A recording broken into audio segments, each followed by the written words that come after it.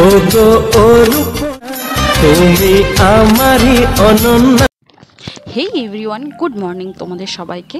আশা করছি তোমরা সবাই খুব ভালো আছো, সুস্থ আছো। আমরা মোটামুটি ভালো আছি, সুস্থ আছি। আমার নতুন আরেকটা ভিডিওতে অনেক অনেক ওয়েলকাম। যদি ভিডিওটা ভালো লেগে থাকে অবশ্যই লাইক, কমেন্ট, শেয়ার আর সাবস্ক্রাইব করে আমার পাশে থেকো। তো দেখতেই পাচ্ছ রিসেন্টলি যে ঝড়টা হয়েছিল সেটা রুমেলা ঝড়।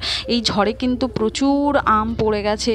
মানে আমাদের এদিকে যদিও দুদিন ধরে হয়েছে, একদিন তো প্রচুর ঝড় হয়েছে, হালকা হালকা বৃষ্টি হয়েছে, পরের দিনও সেম ঝড় বৃষ্টি, একটুও রোদ বের হয়নি। সেই জন্য কিন্তু আমগুলো আমি কিন্তু রোদে দিতে পারিনি। সেই জন্য কিন্তু কেটে ভালো করে ধুয়ে টুয়ে তারপরে কিন্তু আমি আচার করতে বসে দিয়েছিলাম। যদিও এটা আমি বিকেলবেলা করেছিলাম, সারাদিন ভাবছিলাম মনে হয় একটুখানি মানে রোদ দেবে, কিন্তু রোদের একটুও দেখা পাত্তা কিচ্ছু মেলেনি। তারপরে কিন্তু আমি বসে পড়েছিলাম। এই যে দেখতেই পারছো ভালো করে ওই যে আমের যে মশলাটা থাকে না, মানে আম আচার করার, সেটা কিন্তু ভালো করে ভেজে নিয়েছি। তার আগে আমি বলে দিচ্ছি কী কী আমি মশলা নিয়েছি। অনেকগুলো লঙ্কা নিয়েছি, একটু ঝাল ঝাল খেতে কিন্তু আমার আচার খুব ভালো লাগে। আমার না, আর যদিও এই আচারটা তোমাদের দাদাভাই আসছে কিছুদিন পরে, সেই জন্য কিন্তু ওর জন্যই বানিয়ে রাখা হচ্ছে।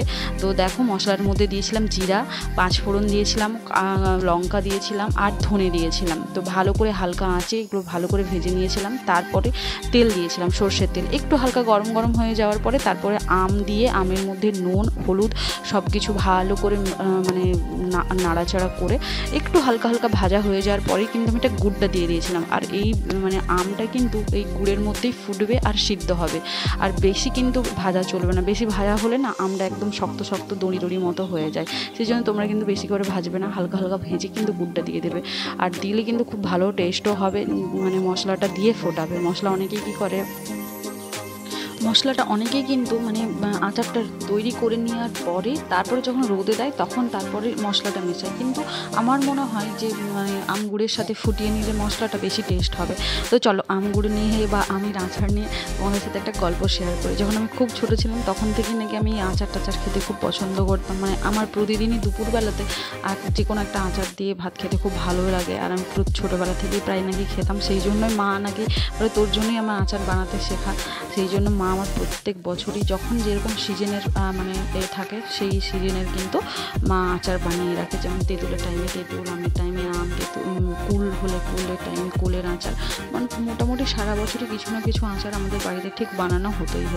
আর শ্বশুরবাড়িতে আমার যেহেতু বেশি দিন বিয়ে হয় না, শ্বশুরবাড়িতে এসে দেখছি যে মানে কেউই সেভাবে আচার খেতে পছন্দ করে না। শুধুমাত্র আমার মানে বর মশাই একটু আচার টাচার খেতে পছন্দ করে। তো বিয়ের আগে কিন্তু আমি ওকে আমের আচার, কুলের আচার এই সমস্ত খুব আচার কিন্তু খাইছি।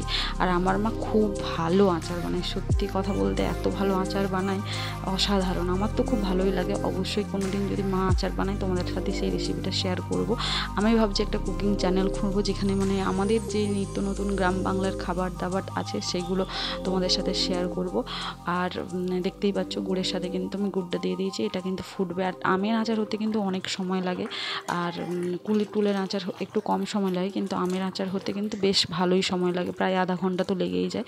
তারপরে কিন্তু এই যে অল্প ফুটে এসেছে তার মধ্যেই কিন্তু আমি মশলাটা ঢেলে দিচ্ছি। কারণ আমি তো আগেই বললাম না, মশলাটা আমি কিন্তু গুড়ের সাথে ফুটিয়ে দিলেই মনে হয় আমার বেশি টেস্ট হয় আমের আচারে। তার জন্য কিন্তু আমি গুড়ের সাথে কিন্তু মানে এই মশলাগুলো কিন্তু ফুটিয়ে নিচ্ছি। যদি তোমাদের একটু হেল্প হয়ে থাকে এই আচার বানানোর ক্ষেত্রে অবশ্যই হচ্ছে মানে একটা লাইক করবে, একটা কমেন্ট করবে, অবশ্যই শেয়ার করবে আর সাবস্ক্রাইব করে আমার পাশে থাকবে। আমার চ্যানেলটাকে আর একটু বড় করো, কারণ হয়ে গেছে অলরেডি 350 জন। আমি চাই এটা তাড়াতাড়ি মানে 1000 সাবস্ক্রাইব হয়ে যাক। আর সেই জন্য কিন্তু তোমাদেরকে বেশি করে সাবস্ক্রাইব করতে হবে আর কমেন্ট করতে হবে আর আমার পাশে থাকতে হবে।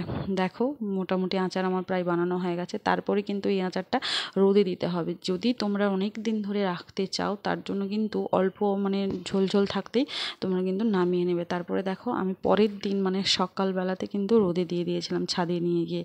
আর এত পিঁপড়ে হচ্ছে, হালকা রোদ দিয়েছে, যদিও খুব বেশি রোদ দেয়নি আমাদের এই সাইডে। তবে এই রোদের মধ্যে 4 দিন 5 দিন কি 1 সপ্তাহ মতো রোদ দিলে এটা কিন্তু এই যে মানে রস মতো আছে এটা কিন্তু টেনে নেবে আর আমটা খুব সুন্দর নরম হয়ে যাবে। তারপরে আমি একটা লক্ষণ গুঁড়ি দিয়ে দিয়েছি যাতে না মানে পিঁপড়ে টিপড়ে হয়, এত পিঁপড়ের উপদ্রব।